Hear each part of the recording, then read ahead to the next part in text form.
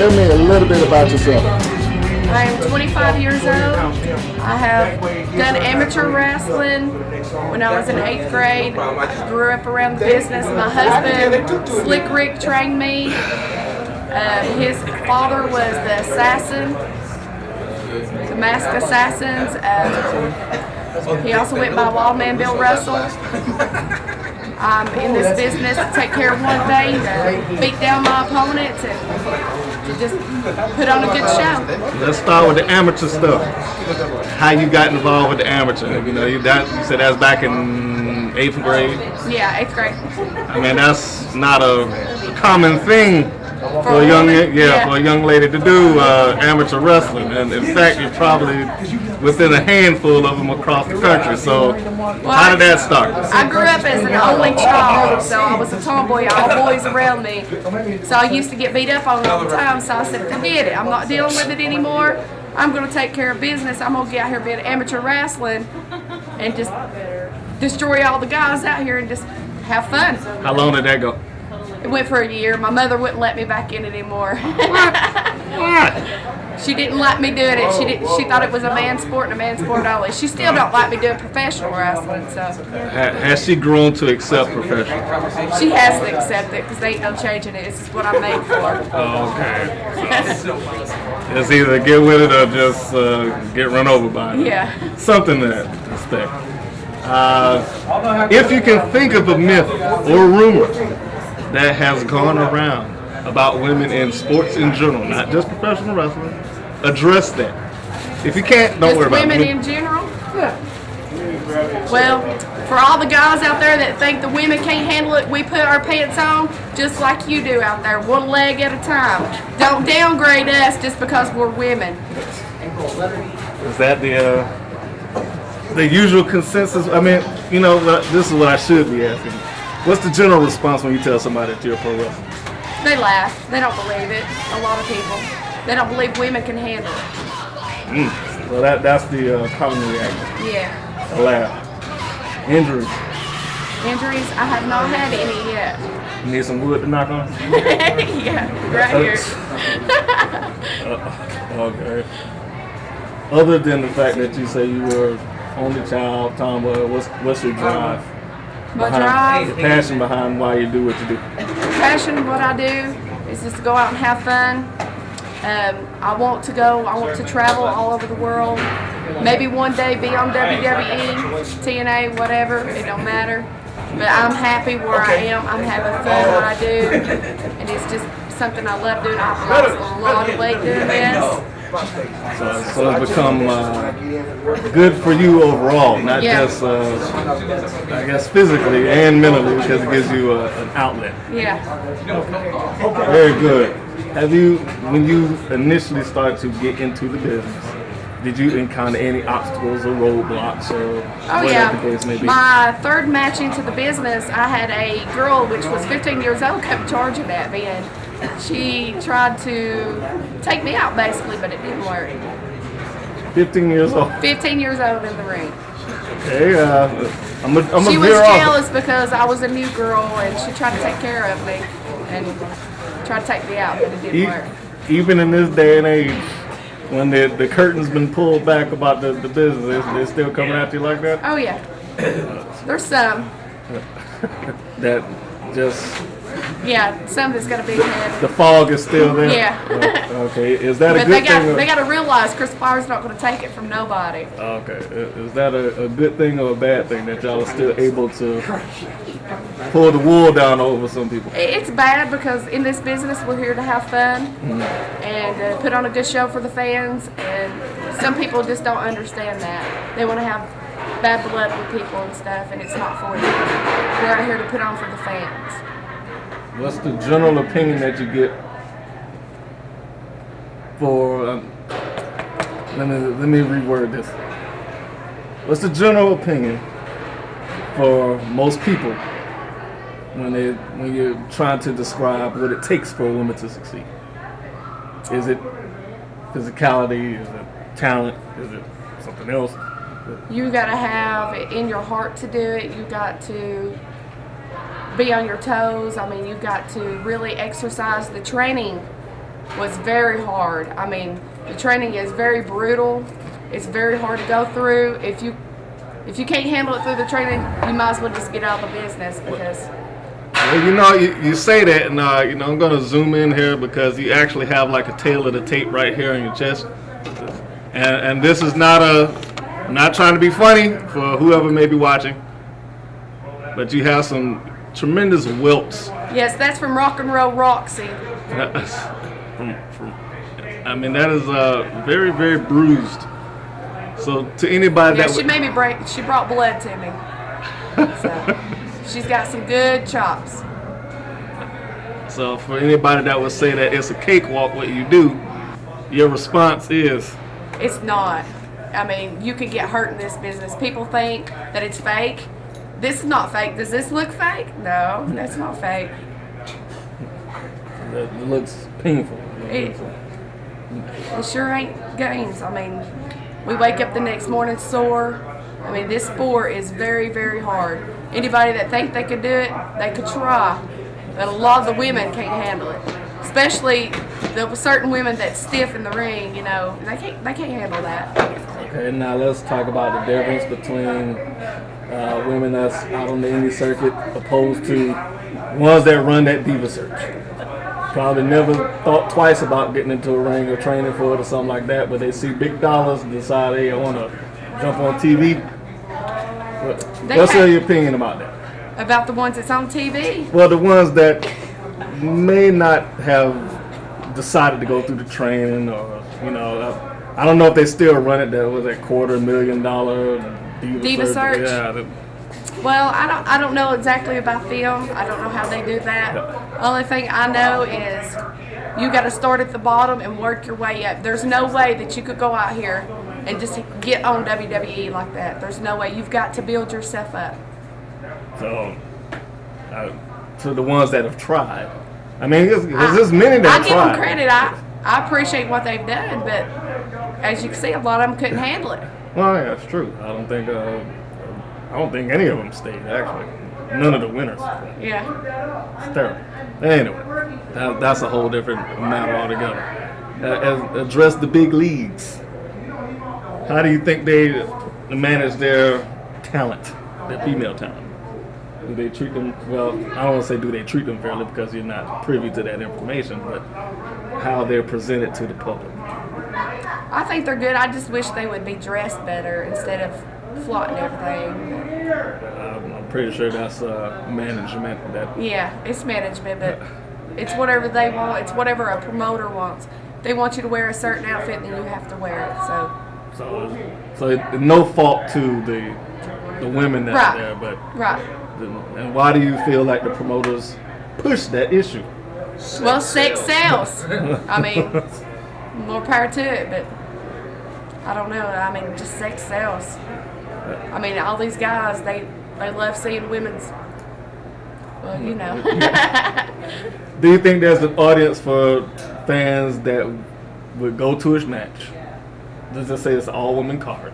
Uh-huh. Do you think there's an audience that exists for that? For an all-women show? Yeah, without the benefit of doing what the WWE does or any other person that, just says, hey, put on this bikini, roll in the mud. Oh, yeah, I think it could work. I really do. TCW in Douglasville, Georgia is fixing to be doing it. So, I mean, they could check that out if they were interested in coming and watching a women's match. I mean, there's been plenty of times that it's worked. Do you want to spot that? Do you know their website offhand? You want to spot that out? You could go on www.myspace.com, look up Crystal Fire, and it's on my top friends, and you can look it up there, and it's TCW, and I think it's my third or fourth friend on there, and you can look them up. It's at the National Guard Armory in Douglasville, Georgia. Is this your full-time vocation? It's not my full-time. I'm a mother of two. I do private setting. I do a lot of stuff. This is not my only thing. Now that you said that, let's explain to the people how you're able to manage juggling being a mother. Is it nurse? Nursing. Setting? It's okay. Private setting with an elderly person. So private setting, mother, professional wrestler. All of those things don't really, you don't typically see them together, Yeah. but you learn how to make it work. So. Yeah, I just work a couple days of the week, and then I'm home with my babies on the weekdays, and then on the weekends I go and wrestle, and it gets difficult sometimes. It really does. Sometimes I want to pull my hair out, but is it the road trips or like long car rides or something like that that gives you the sometimes, headaches? yeah, because I miss my babies sometimes, but I love this wrestling. This is what I've been meant to do. It's in my heart. It's in my soul to do this. I mean, I just love this sport. How much sacrifice have you put in? I mean, it's a big sacrifice, you being a mother, to leave and do anything. Or being a parent in general, just to leave and do anything. But how big of a sacrifice, aside from, leaving your kids, which is, again, big enough sacrifice, have you put in to do what you do? I mean, do you get like extensive pay when you go on the road? I mean, is it long drives, little pay, or whatever the case may be? Every one of them that I've been to so far is really good pay. The traveling is very long sometimes, but gets good pay. It's just according to what distance you go is how much you get paid too. Okay, so you are able to kind of balance out your Yeah. drive. But I'm always back home with my babies at night. Okay, all right. It might be 1 or 2 o'clock in the morning before I get home. But you make Unless it I'm happen. on a long road trip, then I'll stay overnight and then come home the next day. Okay, but no, other than that, no real particular hardships. You found a way to Yeah. make it work. Gamble it. Yeah, I've made it work. Very good, very good. Let me see here. What So else? far, I've just been in it 2.5 years, so I got a lot more Oh, so road you- ahead of me. You're pretty much in rookie season. Yeah. Oh, okay. Well, what is the? Did I cover your goal in this business yet? Oh yeah. No, have I asked you that on camera? Well, let me ask No. you. What's your goal? What's the ultimate goal? What are you heading for? What am I heading for? Just- Bigger and better things. Just to do it to have fun, or? I'm in this business just to have fun, but I'd like to, like I said before, is make it big. But if I don't, I'm happy where I am. It's no sweat for me doing indie wrestling than being, big. Okay, so this is a very heartfelt industry for you. Yes. Very good. Yeah, I live in Cleveland, Tennessee. There's another show down there, Adrenaline Rush Wrestling. Mm-hmm. You can check it out on the internet too. It's a really good show to come and watch too. How many companies do you work between right now? About 6 or 7. But some of them's monthly shows, so I get to Okay, bounce so- around. Some's on Friday, Saturday, or Sunday, so Okay, so you're not really. busy all the time. No. Yeah, you're not every day. No.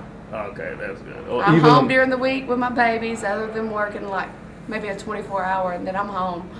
Or even on the weekend. I mean, you don't have like three shows lined up back to back. No, I don't know. Never overbook. Okay. I do one show at night and one show only because it's too.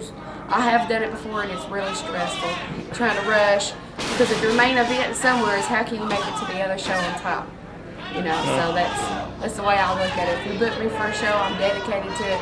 I will be there. How physically wearing is it on you to do that over a weekend anyway? It's on Sunday or Monday. I'm really sore sometimes, but sometimes I'm just energetic and ready to go. Or I should say, to people who don't understand what it is that you do. Because I'm pretty sure you may have come across somebody that would say, okay, you don't get hurt. Yeah. But we Yeah, a shown. lot of people think it's professional wrestling is a fake, but it's not. It's not. I mean, I heard there's been people out here that's broke their neck in this business. They've broke their arms. They've busted their head open. They broke every bone in their body. I mean, there's people out here that go out here every day, put their life on line for the fans, and put on a good show for them. I mean, every time we step in that ring, we're taking a chance. And there's been several, like tonight. I mean, there was a ref that accidentally got hurt, so. Yeah. Now, as a woman doing it, what did you think that it takes for you to, well, you may have already gotten the respect of the fans, I don't know. But what did you think that it took for you to get that respect? It took long, hard work. I mean, it takes, you've got to build up the fan base. If you're good, then you got to have the crowd behind you. But if you're bad, you got to have them to hate you. And of course, I'm always hated. Do you enjoy that? Oh yeah, I love it. It's a stress reliever. You get to go out there and just agitate the fans and feel good about that. Yeah. Indeed. Okay, well that's a good thing. At least you have some place to vent your anxiety from the week. Final thoughts. Anything else that you care to share? I mean, talk about the landscape of women's sports overall. Any opinions about that? Because when I've gone through the research that I've gone through, other than say Layla Ali, and she's not even boxing anymore because I'm not sure if she delivered or not, but she was heading into motherhood. There were no real superstars to speak of. Not like, of course, on the male side of things. What do you think that it would take? I mean, outside of wrestling, what do you think it would take to change that? I don't know. Everybody has their own opinions about everything. But women, as you can see now, they're not just staying in the kitchen cooking. They're getting out and they're doing things and proving to the men that we're able to do anything the men can do. Yeah, I would say it's been a real resurgence of it in, say, the past 4 years. Or the first time that I really came across full contact women's football. The Women's Boxing Federation. That sounds fun. I like to get into that stuff too. What, the football or the boxing? Both. I'd like to do MMA, actually. Actual full contact. Okay, now that's something that you would actually take on. Oh, yeah. With no, I mean, now, that's serious business, you know what I mean? I might have a black eye or a broke nose, but I'll come back for more. It's in my heart to be a tough chick, and that's what I'm here to do. So it's not that you're just competitive all the way around. Oh, yeah. And you would seriously consider MMA. Uh-huh. Like I told you before, I'm a tomboy and I can handle anything. I mean, there's guys that won't get in there. Oh, yeah. There's guys that won't get in the ring with me now because they're scared of me, but... but you love what you do. Oh, yeah, I love it. It's fun. So if you decide, just hypothetically, that you want to take a second sport, which one of those three would it be? Probably MMA. Any particular reason why? No. Just Stress relief. Just a little bit more interesting. My husband says I got jackhammer, so that probably, I think I can handle it. All right. Well, I think I'll be on top. You're a special one. But I love this wrestling, and this is where I will stay for a little while.